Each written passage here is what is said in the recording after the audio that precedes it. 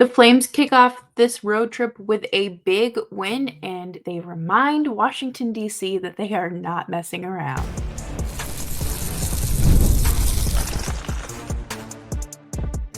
You're Locked On Flames, your daily podcast on the Calgary Flames. Part of the Locked On Podcast Network, your team every day.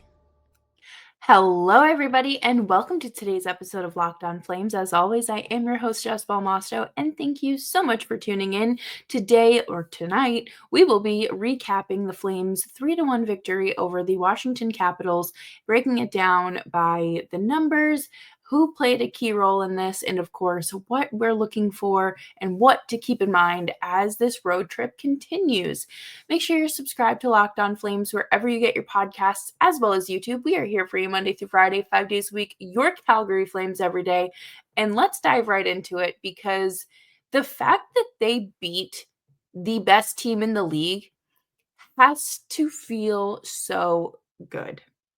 A nice confidence boost to kick off this road trip, right? And especially when everyone has kind of gone into this road trip with the mentality of, well, they're going to be lucky if they come home with one win. So starting it off on a high note is definitely, I feel like, will be a long-term difference maker by the end of this road trip.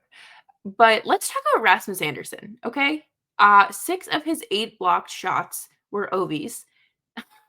That man needs an ice pack. He should probably just like sleep in like the freezer or something. He's gonna be hurting. That can't feel good. And obviously, blocking shots is huge defensively in any point of your game. But the fact that they're coming from Alexander Ovechkin, who we know has a very hard shot, has to be, that's one of the best things you can do for your team. And I'm really proud of Anderson, because I feel like he has taken his lumps this season defensively. And, Kevin Bahl comes back into the lineup and suddenly he is back on top. And you love to see it. And speaking of being back on top, let's talk about this fourth line. Pospisil opened the scoring. They were out there buzzing. The fourth line, Pospisil, Rooney, and Lomberg, had so much energy tonight. They were your starters. Like, they are just at any given moment, you could count on them to run through a brick wall without questioning it, without, whatever. They would just do it. And I think that that is very fun. Don't think we need to necessarily put all of our eggs in one basket with the fourth line, but I do like the way that they were used tonight, as well as last game. So Dan Vladar started. This I owe Dan Vladar a ginormous apology, because I said Ovechkin was going to break the record, the scoring record tonight, even though he needed 13 goals. I truly was like, we're cooked. We're absolutely cooked, especially with the Capitals coming off of scoring 15 goals in their combined last 2 games. I was scared. I was not confident. Even with Wolf in net, I was not necessarily feeling the good energy. And then when Vladar was announced as the starter this morning, it was kind of like, why even turn on the game? What are we doing? But congratulations, Vladar. This also has to feel so good for him, because he has struggled this season, and I feel like he's always struggled against the really good teams. But he stopped 26 out of 27 shots with a 963 save percentage. Huge, huge, huge for him. I look forward to seeing him maybe one more time on this road trip, depending on, whatever Ryan Huska wakes up feeling that day, I suppose. But let's talk about the man of the hour, the game-winning goal scorer, Jonathan Huberdeau. second game in a row, game-winning goals. What a man. What a man. And, this has been such a fun season to watch for Jonathan Huberdeau. For him to kind of have this resurgence, to have this, coming back to life as not a 52-point player, making $10.5 million is pretty good. For him to be playing on the top line with Kadri, and that right wing spot's kind of shifted a little bit, but right now he's playing with Coronato, and we're going to talk about that a little bit later. But he looks good. He's carrying himself with more confidence, with more swagger, like with more of that Florida Panthers Jonathan Huberdeau energy, and I'm loving it. I'm very happy for him. You get engaged and you find out you're going to be a dad, and all of a sudden you are a whole new man. You are a whole new hockey player. It's fantastic. I wish they'd done this years ago. But in all seriousness, just huge contributions from everyone tonight. I am very pleased with what we saw and what was left on the ice. I think it's huge that, like, I can't get over, like, 8 blocked shots from Rasmus Andersson, and 6 of those being from, like, Ovi's stick. Like, that's very impressive. And like I talked about at the start, that blocking shots is part of the game, and it's huge defensively. But I think a lot about, like, Chris Tanev and how he would put his face in front of a puck if he had to, if it meant stopping the puck. And I feel like that's what we got from Rasmus Andersson tonight, and that's huge because I think that it's something that the Flames have lacked consistently. Mackenzie Weegar will block as many shots as he has to as well, but to see that from Andersson is just reassuring. And coming up next, we're going to break things down by the numbers because, once again, the Flames struggle at the faceoff dot, but you wouldn't know. You wouldn't know otherwise.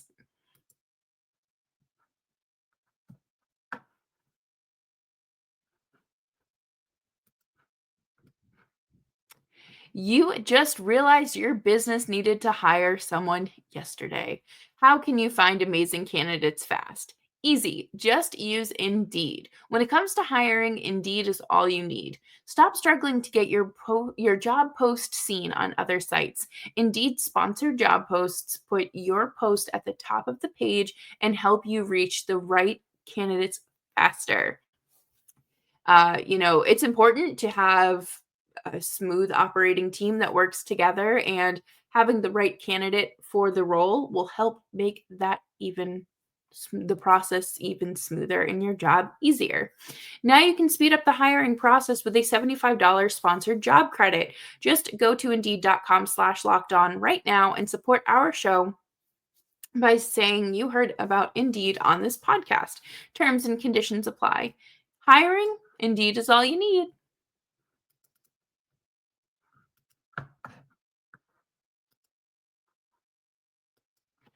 Thank you, everyone, for hanging out with me today on Locked On Flames. Make sure you're subscribed wherever you get your podcasts, as well as YouTube. We're here for you Monday through Friday, 5 days a week, your team every day. And I just have to say, I'm looking at the breakdown of the box score on NHL.com, and I am just so happy that the Flames are going into this with a win. We're setting the road trip off on the right foot. And also, what's super funny is that the Capitals beat the Flames on January 28th, 3-1. Now the Flames just beat the Capitals 3-1. So that's a funny coincidence there. But let's take a peek at the numbers. Oh, the face-off dot. Oh, the face-off dot. Oh, we really gotta do something about this. We need an elite center. I can't keep doing this. They were 44.8% at the dot, while the Caps were obviously 55.2. I mean, you're obviously playing a much better team, but yeah, it can't be like that. If you want to be a more competitive team, you can't be behind on the dot every single night. It's pretty bad. I think the Sharks also were uh, they dominated at the dot in that game, and you know it's a tough look. And this was also Michael Backlund's like one of his toughest games as a Flame. I don't know if it's coming back from the break and then immediately jumping into travel or what, but he did not look like himself out there. Um, and that is a bit of a concern. But the Flames power play did not capitalize tonight, which, I mean, 0 for 2, I mean, whatever. It happens. You can't strike gold every time. But I do wish that we see more of it, I guess. I think that, allowing an Ovechkin power play goal is just kind of part of the course for any opponent. But we'll say killing off 2 other penalties against one of the best power plays in the league against the best team in the league is impressive. And that's not an easy feat. And I hope that they pat themselves on the back for playing up to their opponent's level. I think that's, you know, that's clap worthy, I would say. They threw 27 hits tonight and had 29 blocked shots compared to Washington's 15. Almost double the amount of blocked shots. I cannot imagine how sore they will all be. I think that it again speaks to their defensive efforts and how they will do, like, if there's a will, there's a way sort of thing, right? Like, that the Flames are going to go out there and leave it all on the ice, um, whether it's good or bad. And for them to go out there and display this is pretty good. I'm I'm happy for them. I'm glad that they just kind of stayed on top of things all night. They held the lead. I was worried in the third period, um, when the goal happened and it was 2-1. I was like, "Okay, this is the third period collapse we've all been waiting for." And Dan Vladar still held strong, and Huberdeau came in with, his 22nd goal of the season, um, win the game winner, and it's big. I am just thoroughly impressed with how this road trip is starting off. The fact that they did not get outshot by a drastic margin against the best team in the league is huge. 27 to 25 shots. That is acceptable. That is the range, differential, I guess is the word you could use, that you want to be in. Because, you don't want to look like you got walked by a dog every night. And sometimes that happens. I think back to a few years ago when the Flames gave up 40 shots in the first period to Vancouver, and it was like a 8 p.m. hockey night in Canada game, so it was 10 o'clock my time, and once they hit 40 shots, I just turned it off. And you don't want to have too many games like that. But there's a reason that game has stuck with me because of how drastic that was just in the first period. And for the Flames to just keep, to hold on to the lead is huge. Against Logan Thompson, who only had 2 regulation losses up until this point in the season, which is unbelievable considering we are at the end of February. So the Flames really should be proud of themselves, and I hope that when they do feel down about themselves or, they need some sort of pick me up or reminder that, they are that team or they have the capabilities, they remember this game because not only did they win, they kind of silenced everyone, including myself, that doubted how this road trip was going to at least start. Um, I'm not. I'm glad that I was wrong. I will happily be wrong here, and they, they're probably going at least right now. They are in a wild card spot. Vancouver is still kind of spiraling. I don't really I don't know what's going on with Vancouver. I don't know if Vancouver knows what's going on. Definitely go check out Locked On Canucks because it's definitely a time in Vancouver. But coming up next, we're gonna wrap up the show with what's on our radar and kind of my analysis of the first line chemistry between Huberdeau, Kadri, and Coronato.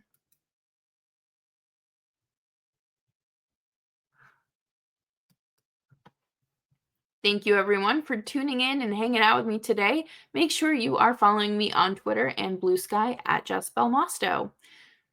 With the amount of games they're about to play on the road, I do wonder how they're going to split up the goaltending.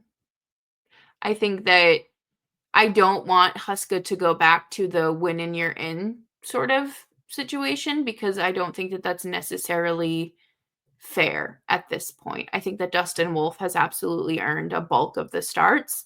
And if there's ever a time for him to be starting, it's now, when quite literally every point matters and you don't really have a break.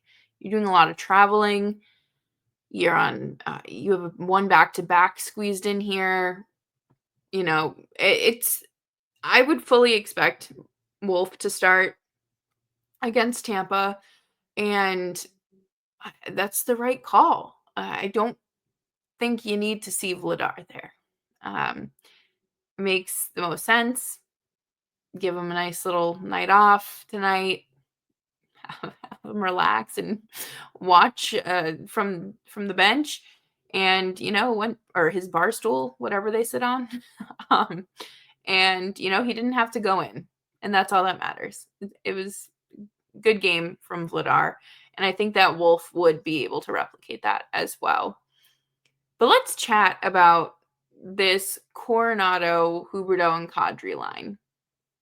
The top line has, kind of shifted around this season. I feel like it's kind of that right wing spot is a little bit of a revolving door. It is, and it changed with Zary being out. And Coronato had an opportunity to step up to the plate, and he has hit a home run out of the park. The fact that he went from, kind of struggling at the start of the season to being sent down to being recalled and not only earning a spot on this roster, but earning a spot on that top line is huge. I will give him all the stick taps. I think that's kind of what you need or what he needed was a little bit of that like tough love. Or I think of like the speech in Miracle when he's like, "Oh, you just got a little bruise on your leg. You're not gonna play because you have a bruise." And then, you know, that fires the player up. And I think being sent to the Wranglers really lit a fire under him. And he's scored 15 goals this season, which is fantastic. I think that I have a feeling that he'll hit 20 goals, and he's only improved as the season's gone on, and he's playing with great line mates now. And I don't think that they should break this lineup at all. Huberdeau is performing very well. Again, he scored last night. He scored in back-to-back games. Coronato did have a really good chance in the San Jose game, and then another good opportunity tonight as well, and he scored. But I feel like the only way you're going to be able to really develop this chemistry is if you don't take him away. And I do worry that,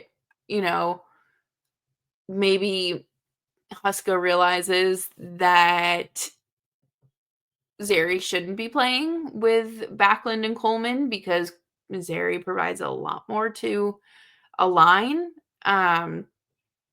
So you do have to do a little bit of line reconfiguration there, but you also shouldn't put Matt Coronato on the left side of that line. I think it would be silly. And I I'm very cautious of getting, I do think that Zary is a great player, and I think that him and Coronato are both um, really pillars, I guess, for the Flames' long-term offensive plan. And I want them to maximize the success of both of them. Coronato is at least a season ahead of his development timeline or projection. And I think that that's great. He did struggle last year and he knew that skating was an issue. He's always had a great shot. And he just has to refine that, and he has, and it's worked out really well for him. So let's keep using him, and I don't want to say take advantage of him, but take advantage of that skill set because it has been lacking in recent years in this Flames lineup. To have a shot as lethal as Coronato's on your top line is great. One of the biggest things about Coronato when he was drafted, everyone just talked about his shot and his release. And it is very nice. It is very good. And I think that's something you should pay attention to as well. He has very quick hands. Very quick hands. And the thing with Zary though is like you also want to make sure you're optimizing him and getting the most out of him. And are you doing that when you're playing him on a line with two struggling players? I don't think that you should necessarily throw him on, like, he's not a fourth line player, but you have to do something. I'm curious if they do some sort of reconfiguration at some point with Frost, Farabee, and Zary, or Frost, Farabee, or Frost, Sharangovich, and Zary, something, because I think that it could be an interesting combination, but I also want to see Zary back at center. I really like him as a center, and that's something that the Flames could use. So I guess we're just gonna have to wait and see what Huska has cooking, because if there's one thing about Huska, we know that he is going to switch it up. One other thing to note is that Solo had a point tonight. So that's super great. It's great to see him sticking around the lineup, even with Kevin Bahl being back. I'm very excited, very happy for him. This is why waiving Tyson Barrie was the right move. It makes the most sense to have him in there. You need another young guy to play with Pahal, and it works. And Solo is, a pretty solid player. So I will take him in the lineup over our other options. But that'll do it for me on today's episode of Locked On Flames. Thank you all so much for tuning in. I hope you have a fantastic day and just stay positive. I mean, I think that there's a lot to be excited for right now in Flames hockey, and I'm sure those words will come back to bite me in the butt. But make sure you're tuned into Locked On Flames so you can hear me talk all about that. We're available wherever you get your podcasts as well as YouTube.